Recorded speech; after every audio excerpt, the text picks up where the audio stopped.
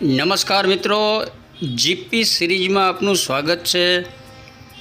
મિત્રો, આજે આપણે હનુમાનજી મંદિરે દર્શન કરવા આવ્યા છે। તારીખ 11/1/2025 છે અને શનિવાર છે અને ભારતનો મોટો તહેવાર કહી શકાય એવા મકર સંક્રાંતિ એટલે કે ઉત્તરાયણ પહેલાંનો શનિવાર છે ને આપણે ખેડિયા હનુમાનજીએ દર્શન કરવા આવ્યા છે। ખેડિયા હનુમાનજી મંદિર એટલે રાજા મકરધ્વજનું પિતૃ મંદિર। લૌકિક ઇતિહાસ પ્રમાણે ભગવાન રામચંદ્રજીના પરમ ભક્ત એટલે હનુમાનજી અને હનુમાનજીના પુત્ર રાજા મકરધ્વજના દીકરા રાજા મયુરધ્વજ દ્વારા આ ખેડિયા હનુમાનજી મંદિરની સ્થાપના કરાઈ હોવાની લૌકિક દંતકથા છે। અને અત્યારે મકર સંક્રાંતિ છે ત્યારે મકરધ્વજ રાજાના પિતૃ મંદિર ખેડિયા હનુમાનજી અત્યારે મકર સંક્રાંતિની ઉજવણી ભારે ધામધૂમથી કરાઈ રહી છે। સિંદુરિયા કલરના હનુમાન દાદાની જે પ્રતિમા છે અને અત્યારે ચાંદીના વરખથી સુશોભિત કરાઈ છે। ખાસ આજે મકર સંક્રાંતિ તહેવાર પૂર્વે આ શનિવારે દાદાને સરસ ચાંદીના વરખથી સુશોભિત કરાયા છે અને તમે જુઓ ગોલ્ડન પ્લેટિનિયમ પેલા મુગટ હોય એવો સરસ મુગટ છે અને મોટી સરસ ચાંદીની ગદા પણ છે। આંકડાની માળા જે દાદાને ખૂબ જ પ્રિય છે, આંકડાની માળા પણ મોટી પહેરાયેલી છે અને ચારે તરફ પતંગથી જ મૂર્તિને સુશોભિત કરાઈ છે। મંદિર ખૂબ જ પ્રાચીન છે અને ઇતિહાસકાર ડૉક્ટર હરિભાઈ ગૌદાનીએ જ્યારે અહીં મુલાકાત લીધી ત્યારે એમણે જણાવ્યું હતું આ બધી પ્રતિમાઓ છે એ મૌર્ય અને ગુપ્તકાલીન સમયની છે, એટલે આ પાષાણની જે બધી પ્રતિમાઓ છે અને એટલું પૌરાણિક મંદિર છે અને અત્યારે મકર સંક્રાંતિનો તહેવાર છે અને આજના શણગાર વિશે આપણે જાણીએ। જય શ્રી રામ। આજરોજ સ્વયંભૂ શ્રી ખેડિયા હનુમાનજી મંદિરમાં પતંગ મહોત્સવ નિમિત્તે દાદાના પતંગનો શણગાર કરવામાં આવે છે તથા પતંગ મહોત્સવ દરમિયાન ગુજરાતી વાનગી કે જેમ કે તલની ચીકી, સિંગની ચીકી, સિંગ પાક, શેરડી, બોરા, જામફળ વગેરેનો અન્નકૂટ દાદાને આજરોજ કરવામાં આવ્યો છે, એના દર્શન।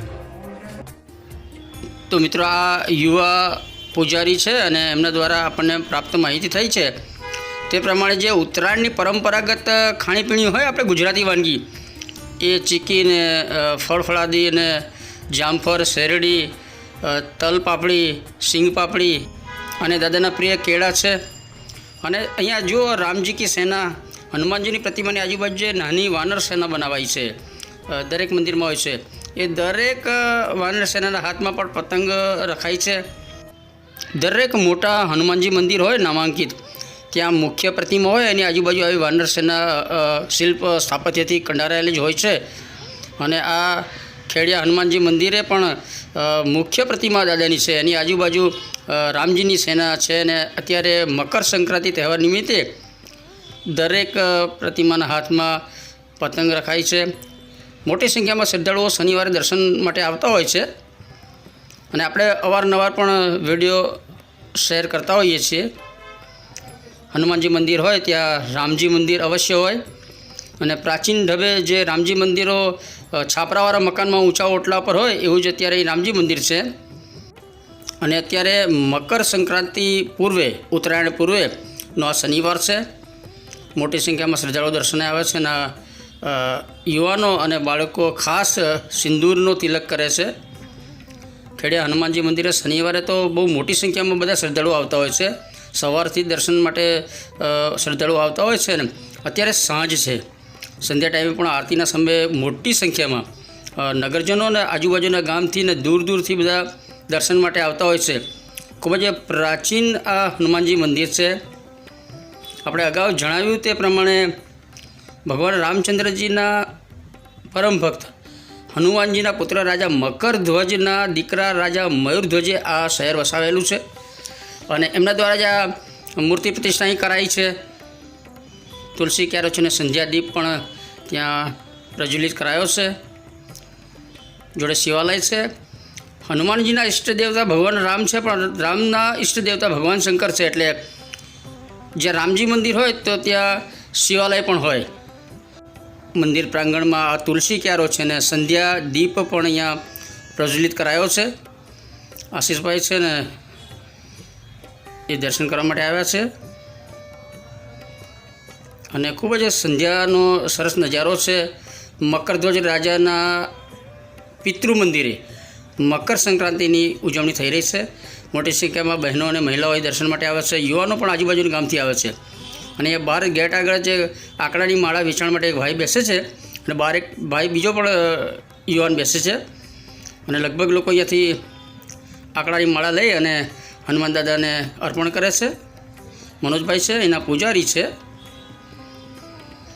દાદાને આંકડો ખૂબ જ પ્રિય હોય છે. અને હમણાં આપણે કાનાવાડા હનુમાનજી ગયા હતા, ત્યાં જાણવા મળ્યું ખુશાલભાઈ જે શર્મા સાહેબ છે, આપણે HND પારેખના નિવૃત્ત માધ્યમિક શિક્ષક છે, એમના જણાવ્યા પ્રમાણે ચમેલીનું તેલ હનુમાન દાદાને ખૂબ જ પસંદ હોય છે. એટલે જે ઇતિહાસની વાતો હોય એ થોડી આપણે જાણીએ છીએ અને વિવિધ સમયે ધાર્મિક આવા વિડીયોમાં આપણે શેર કરીએ છીએ.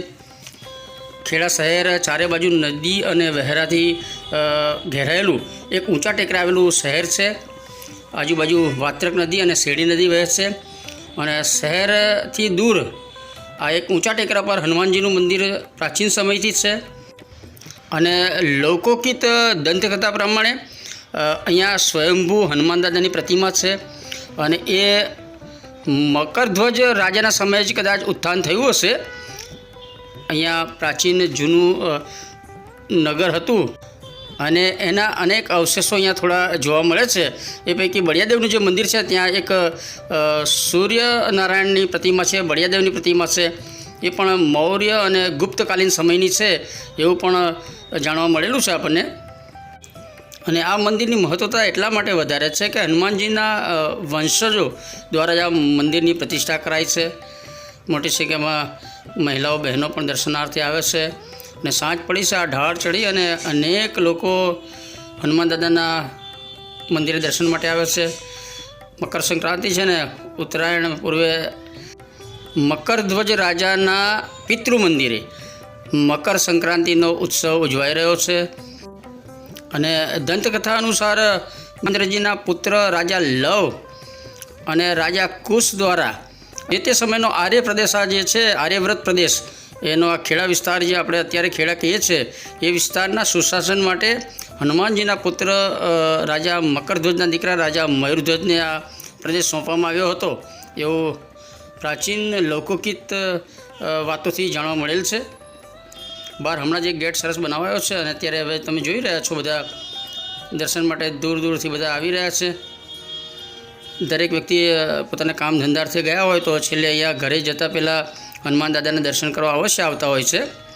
અને હમણાં સંધ્યા આરતીમાં તો ઘણી મોટી સંખ્યામાં અહીંયા શ્રદ્ધાળુઓ ઉમટી પડશે. આ ખેડા શહેર છે એ પણ એક ઊંચા ટેકરા પર વસેલું શહેર છે ને, અલગ નાના નાના ટેકરાઓ છે, એની પર એક મોટો ટેકરાનો સમૂહ છે. અને એ ખેડા શહેર છે, પ્રાચીન ઐતિહાસિક શહેર છે. અને શહેરથી દૂર આ એક ઊંચા ટેકરા ઉપર ખેડિયા હનુમાનજીનું મંદિર આવેલું છે. રાજા મકરધ્વજના પિતૃ મંદિર એવા ખેડિયા હનુમાનજી મંદિરે મકર સંક્રાંતિનો તહેવાર ઉજવાઈ રહ્યો છે. અને એના દર્શનાર્થે અત્યારે બધા યુવા બ્રિગેડ ટીમ આવી રહી છે બધી. આપણે થોડા વહેલા આવ્યા છીએ અને સંધ્યા આરતીમાં બધા ઘણા બધા લોકો હવે આવશે.